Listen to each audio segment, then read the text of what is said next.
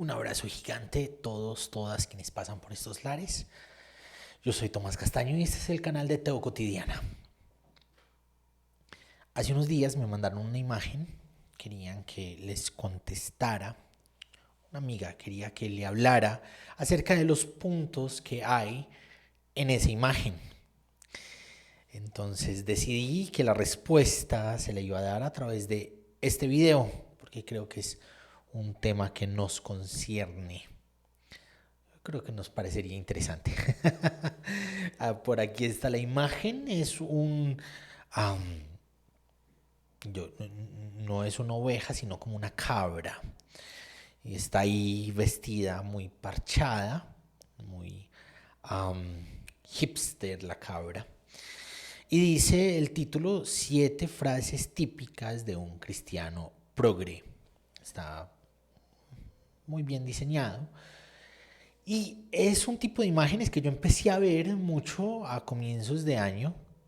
Había buscado intencionalmente como, ¿dónde fue que vi esta imagen? Para devolverme, para bajarla y para hacer un video al respecto. Y no la encontré en ese momento. Pero gracias a la vida, esta amiga la vio, pensó en Teo Cotidiana, mandó la imagen y me dice como, quiero saber qué pensás de esto. Entonces, esto es lo que pienso al respecto. En primera instancia, me siento aludido por varias de las frases que están aquí expuestas, que encasillan como cristianismo progre o como cristiano progre. Ahora, yo no me identifico como progre. Progre es una palabra progresivo, progresiva.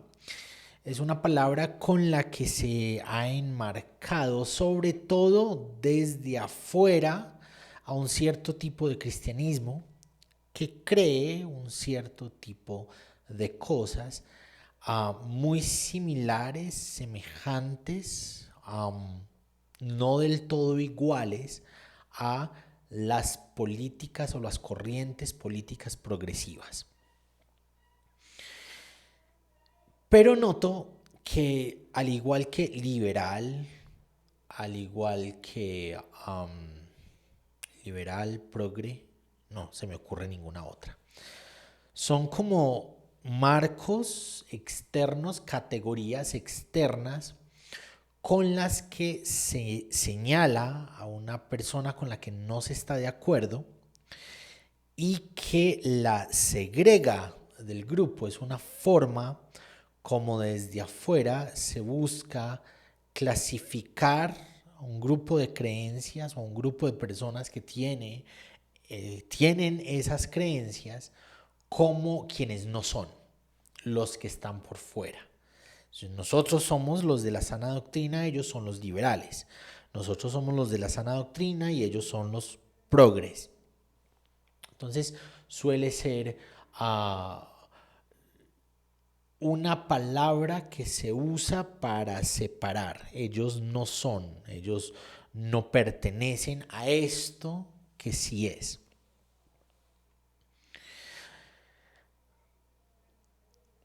Y separan unas frasecitas que son las que en donde entramos, quienes creemos en esas frases, entramos a ser progres, ¿no? Entramos dentro del marco de lo que ellos han determinado que es ser un cristiano progresivo.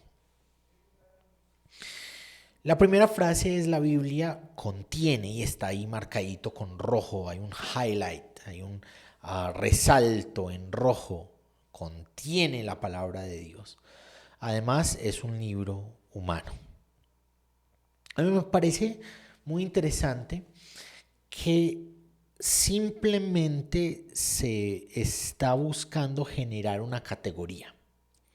Quien crea esto es progre, pero no hay realmente una conversación al respecto de esas ideas que se están planteando. No hay una conversación al respecto de cuáles son las posibilidades de quienes creen que la Biblia contiene la palabra de Dios en vez de ser en sí misma la palabra de Dios. ¿Y cuáles son las posibilidades de quienes dicen lo contrario? Hay una realidad del cristianismo en que nos atrincheramos. Este es mi grupito, quienes piensan como yo, es mi grupito, y esos de allá, los de la otra trinchera, son los que están errados. Pero ambas trincheras piensan que son los que están en lo correcto, y ambas trincheras piensan que el otro es el que está errado. El otro siempre va a ser el hereje. El otro siempre va a ser el malo. El otro siempre va a ser el equivocado. Y este grupito de quienes piensan como yo, nosotros sí somos quienes sabemos, entendemos, defendemos la verdad. Yo quisiera poner sobre la conversación desde este lado mis creencias. No represento a ningún cristianismo progre, no represento a ningún cristianismo liberal, aunque me han acusado de progresista y de liberal en las diferentes redes sociales. Sí creo varias o de diferentes maneras de las frases que están planteando aquí. Y no creo que la Biblia per se sea la palabra de Dios. Creo que yo no sé, cuando todos hablan acerca de la palabra de Dios, ¿a qué se están refiriendo?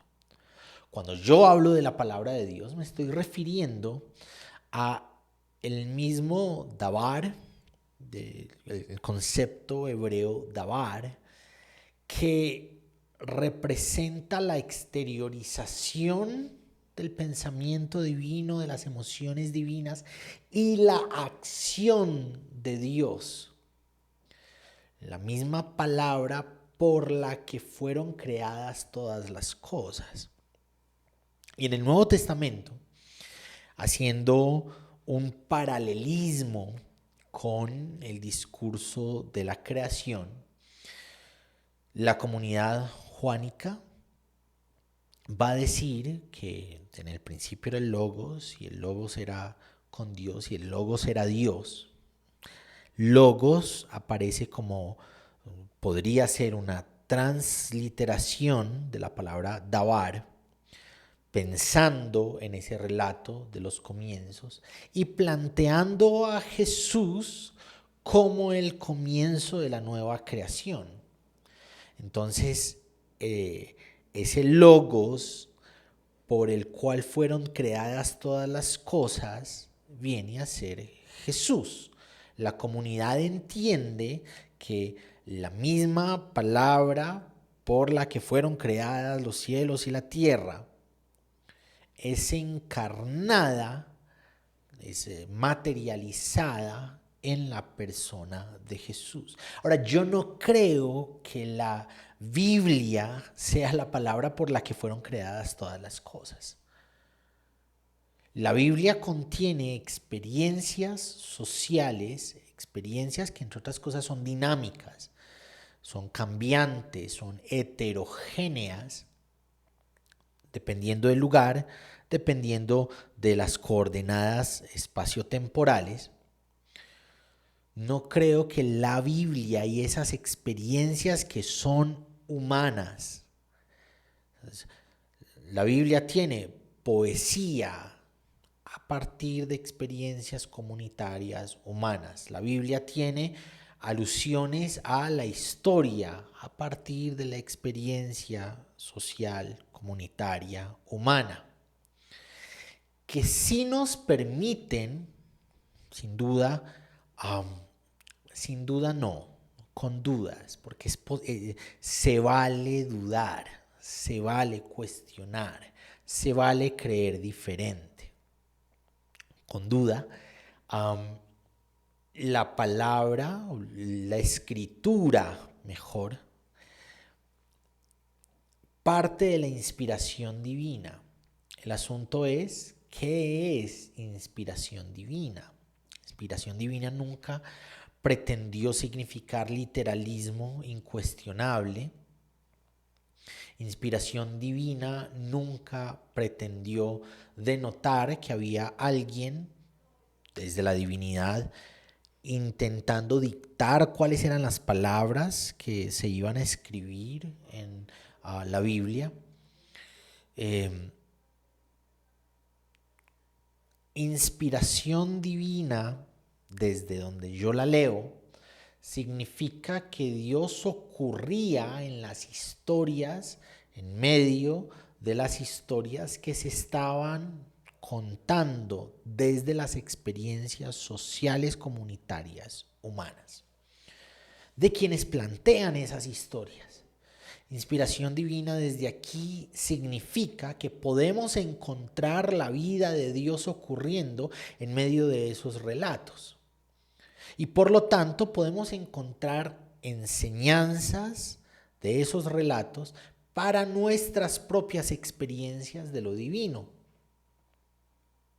Pero no creo que la palabra de Dios, el Dabar, por el que a través del cual Dios expresa su corazón en la creación, el Logos encarnado, en quien Dios está manifestándose a nosotros de una forma material, no creo que sea la Biblia. Creo que la Biblia debe apuntarnos, sin duda, ahí sin duda, no tengo dudas al respecto, pero se pueden tener dudas al respecto. Creo que la Biblia debe apuntarnos a Jesús. Desde la fe cristiana, la Biblia debe apuntarnos a la encarnación de la palabra. La Biblia debe señalarnos hacia dónde quiere que Jesús pensemos, actuemos, vivamos. Pero no creo que la Biblia per se sea la palabra de Dios. No puedo creer que Dios envía gente buena al infierno. Hay un problema de fondo en el asunto del infierno como se ha planteado. Es decir, vamos a estar quemándonos, eso es lo que dicen que significa el infierno. Así fue como a mí se me planteó estar en el infierno, una eternidad de fuego eterno, día, tras hora, sufrimiento sin parar por la eternidad, porque dije una mentira. Ahora, es equiparable decir una mentira con una tortura que no se acaba para siempre. Es equiparable a haberse robado un billete con un final no, porque no tiene fin, es eterno, es para siempre, quemándose, ardiendo. No me acuerdo frases como sí, te quemó el aceite, imagínese el dolor que va a haber en el infierno. Veo un problema gigante al respecto de la retribución eterna del infierno y el por qué se va al infierno. Yo en otras ocasiones les he dicho, yo no entiendo el asunto del infierno, no le creo a los que dicen entenderlo, no le creo a las personas que dicen haber estado allá. He decidido que la enseñanza, por lo menos de la Gehenna, que es lo que hemos traducido como infierno. La Gehenna es un lugar en las afueras de la ciudad donde se tiraban las basuras y se quemaban las basuras de la ciudad. Cuando Jesús estaba relatando acerca de la Gehenna, que nosotros hoy traducimos como infierno, la gente estaba pensando en ese sitio donde las basuras de la ciudad se recogían y se les echaba fuego. Y Jesús hablaba de la Gehenna en términos de ideas, acciones, comportamientos que son inservibles dentro del proyecto de Dios. Mi oración al respecto de eso es: Dios, saca de mi corazón, a las afueras, en la oscuridad, al fuego eterno, todo lo que no funcione en mí, que no aporte al proyecto del reino de Dios. Que ese sea el infierno de mi vida. Que todo lo que no sirva, que todo lo que no funcione para el proyecto de Dios en mi vida, que salga de mi corazón y de mi mente y que sea prendido fuego, que se lo carcoman los gusanos.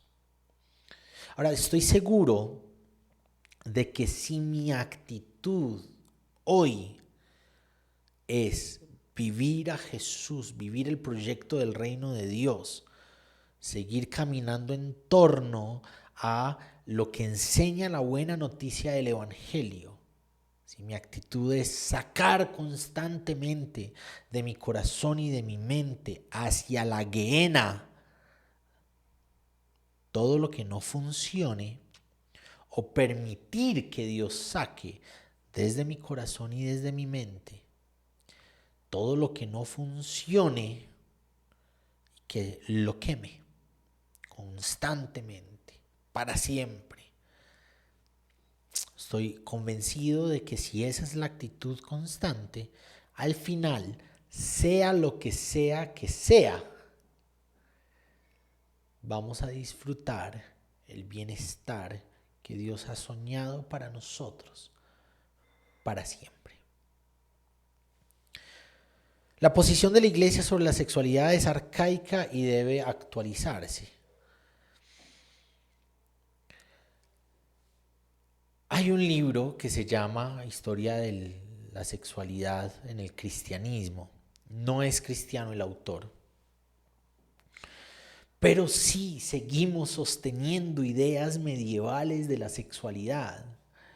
Ideas en las que cuando yo crecía y me masturbaba, yo pensaba en cortarme las manos, en lacerarme, porque eso era un pecado muy malo. Luego me doy cuenta que es parte del desarrollo del ser humano despertar a la sexualidad.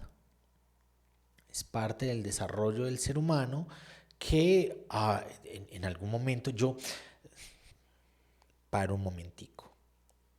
Yo me empecé a masturbar antes de darme cuenta que era pecado, antes de saber siquiera que eso existía como pecado. Era algo raro. Yo me acuerdo que yo me la pasé ese día enrarecido, sin saber qué había ocurrido, porque era nuevo, era extraño, era ¿qué pasó? No sé. Fue un despertar del cuerpo que fue completamente natural. Y después fue que era pecado, y después fue que vienen estos problemas de tortura emocional, psicológica, de quererme torturar físicamente para dejar de cometer el pecado que me va a llevar al infierno. Por muchos años se dijo que la única posición de la cama válida era el misionero.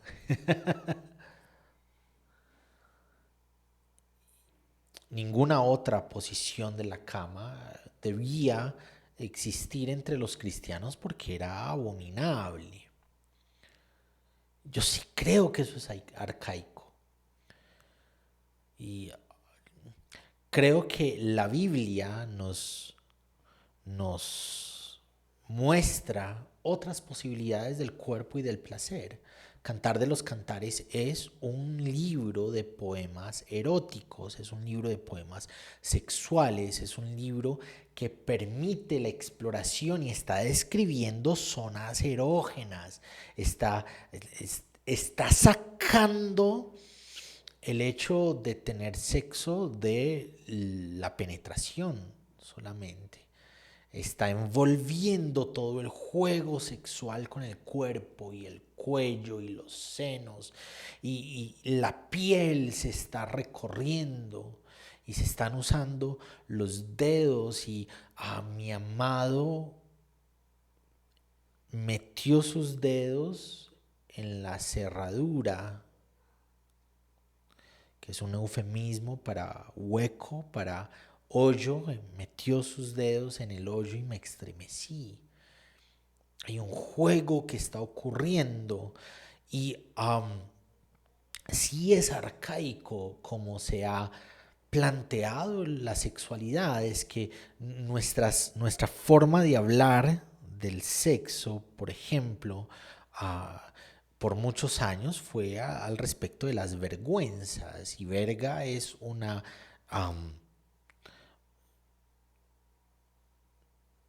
disminutivo no, una forma de acortar la palabra vergüenza. Sí, ha sido arcaico por mucho tiempo y creo que la forma de plantear el sexo tiene que hacerse de una forma diferente, de una forma que converse con las realidades corporales de la gente. Creo que no ha servido, no ha funcionado enmarcar el sexo dentro de prohibiciones y más prohibiciones incluso dentro del discurso, dentro del lenguaje. Está prohibido mencionar, está prohibido decir, está prohibido contar. Entonces, en medio de todas esas prohibiciones nos damos cuenta que el sexo no es tan malo. Es disfrutable, es placentero porque somos seres sexuales, porque cuando Dios dijo y vio Dios que el sexo era bueno, vio Dios que el hombre era bueno, la humanidad era buena en gran manera, se estaba refiriendo también al sexo, y vio Dios que el sexo era bueno en gran manera. El sexo es parte de lo que somos como humanidad. Y sí creo que es arcaico seguir cubriendo, seguir tapando, incluso en el lenguaje que se usa, el hecho de que somos seres de placer sexual. Nos da miedo todavía decir pene, decir vagina, decir clímax, decir orgasmo, decir clítoris. Y es arcaico, incluso en el lenguaje cristiano, la forma en que abordamos el tema sexual. La resurrección de Jesús no tiene que ser fáctica, pero para decir la verdad. Yo creo que Jesús resucitó. Es parte de mi fe. Es parte de mi creencia como cristiano. He leído personas que abordan estos temas desde el escepticismo, desde una cierta distancia académica, no desde la fe. Y he aprendido tanto, tanto, tanto, tanto. La resurrección es un asunto de experiencia personal. Jesús muere en público en un monte que todo el mundo conoce, el Monte de las Calaveras, y cualquier persona que hubiese estado en la ciudad ese día, que mirara hacia ese monte, iba a ver a Jesús crucificado. Pero la resurrección fue un asunto privado. Jesús resucita de manera privada para quienes ya lo seguían. Pablo dice, un poco más de 500 hermanos. Se presentó a un poco más de 500 hermanos. Cuando está hablando de hermanos, está hablando de creyentes de la fe en Jesús, seguidores de Jesús. Jesús muere de manera pública para todo el mundo, para todo el que esté en esa ciudad y quiera alzar la mirada hacia el monte Gólgota, y ahí está Jesús colgado. Pero resucita de una forma privada, solo para sus seguidores y solo para un grupo específico de esos seguidores. Y son esos seguidores que viven esa presencia resurrecta de Jesús quienes se encargan a través de sus vidas, a través de su testimonio, a través de su fuego con la fe en Jesús, se encargan de mostrar al Jesús resucitado. Es un llamado a vivir resucitados y que esa vivencia de resurrección lleve a otros a creer la resurrección. Jesús no se iba presentando resucitado una y otra vez a todo el mundo. Se presentó unas cuantas veces resurrecto, y esa iglesia, ese grupo de personas que lo vieron resucitado, fueron las encargadas de llevar la información, de llevar la buena noticia del Jesús resucitado a todas las naciones. La resurrección es más un asunto de vida, de vivencia, de experiencia, que un asunto de argumentos fácticos. Claro que la Biblia tiene autoridad, pero la hemos entendido mal durante 2000 años de la historia de la iglesia. Aquí hay una insinuación a una falacia. Voy a ver si la digo bien. Ad antiquitatem o ad antiquitatum. Es una de las dos. Y esa falacia, las falacias son pseudo argumentos, son ideas que parecen ser argumentos o que se plantean como argumentos válidos desde la lógica, pero que atentan contra la lógica. Por eso son pseudo argumentos. Y esa palabra ad antiquitatem es en latín. Por muchos años, muchas de las ideas científicas y de la lógica se planteaban en latín. Significa, o esa falacia significa, que no todo lo que se sostenga en un rango muy grande de tiempo, por más antiguo que sea, por más veces que se haya dicho desde hace mucho tiempo, quiere decir que es cierto. Aquí se está planteando que como la iglesia durante 2000 años entendió algo de cierta manera, entonces pues hay una ironía y es ridículo pensar que se entendió mal. Hay muchas cosas que se entendieron mal durante X cantidad de tiempo de la iglesia y se tuvieron que reevaluar y se tuvieron que replantear y se tienen que seguir examinando, reevaluando las ideas para seguir caminando. Hay muchas cosas que se han entendido mal y sí creo que la Biblia per se, en todo lo que plantea, no podemos darle la autoridad incuestionable. ¿Vas a matar a tu hijo si es desobediente? Eso dice la Biblia que se debe hacer.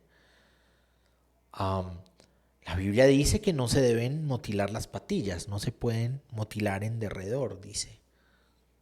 Yo no me las motilo, en eso estoy como bien, en eso estamos en lo correcto. Según la Biblia, las personas que se hacen el longuito, pues no deberían hacerse el longuito porque eso es parte de lo que la Biblia dice. ¿Comes cerdo? La Biblia dice que no se come cerdo, no te puedes comer tu chicharrón. Sí creo que necesitamos reevaluar qué en la Biblia debe representar autoridad. Y en términos generales, creo que la gran autoridad de la Biblia es llevarnos a Jesús, mostrarnos a Jesús, apuntarnos a Jesús. Y creo que esa es la función principal, más importante de la Biblia en nuestras vidas. Dios no castigaría a los pecadores, Él es amor. En esta, cuando la leo, se me viene la imagen de el dibujo que Dios hace, que Jesús hace, de Dios como papá en la parábola de los dos hermanos. Los fariseos estaban hablando mal de Jesús porque él se sentaba con gente de muy mala fama, gente muy mal vista. Todo el mundo estaba diciendo que Jesús es un maestro, rabí esto, rabí aquello, y ¿cómo va a ser rabí este si se está sentando con prostitutas, con recolectores de impuestos, con gente de mala fama, con gente con enfermedades? ¿Quién sabe quién pecó en la familia de este para que esté tan enfermo? Esa era una de las creencias de la época. Y Jesús compone una parábola en la que hay dos hermanos. El hermano mayor, que representa a los fariseos que están hablando mal de estos pecadores con los que Jesús se sienta. Y el hermano menor, que representa a esos pecadores con los que Jesús estaba sentado. Y se nos cuenta que el hermano menor pide una herencia, eso es incongruente con la realidad de las familias. No, eso no debía pasar nunca. Un hijo menor nunca debía pensar en la herencia teniendo a su papá vivo, pero es una parábola que llama la atención, que ¿qué es lo que está pasando aquí? ¿Por qué está pintándose esta escena? Y ese hijo menor, pues el papá le da su herencia, se va, la gasta. El hijo menor está sin poder comer, está sin poder vivir con dignidad y decide volver a donde su papá y se hace todo este plan de lo que le va a decir al papá: he pecado contra el cielo y contra ti. Y cuando el papá, que representa a Dios, vio de lejos al pecador, salió corriendo y lo abrazó.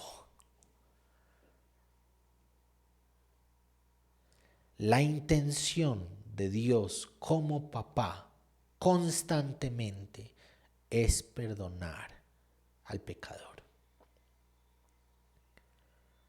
La intención de Dios como papá es constantemente invitar al hermano mayor, fariseos, quienes están buscando siempre que Dios castigue a esos pecadores, invitarlo a la fiesta de la salvación. Interesantemente, en esa parábola, quien se quedó por fuera fue el hermano mayor. Quien estuvo por fuera de la fiesta de la salvación fue el hermano menor. El mayor fue el hermano mayor. La idea de un infierno es anticuada y debe ser reinterpretada. Yo ya les dije mi reinterpretación al respecto de la idea del infierno. Sé que si llevo a la Gehenna todos los días todo lo que haya en mi corazón y en mi mente que no funcione, que sea basura, que no se conecte con el proyecto del reino de Dios, quiero que se vaya, quiero que sea basura, quiero que se queme. Si eso ocurre todos los días de mi vida, al final, sea lo que sea ese final, voy a disfrutar el bienestar que Dios quiere para mí, que Dios tiene para nosotros, para que lo disfrutemos. ¿Qué va a hacer? No sé. ¿Existe el infierno? No sé. Por ahora le busco una aplicación práctica a mi vida para el hoy, para el ahora y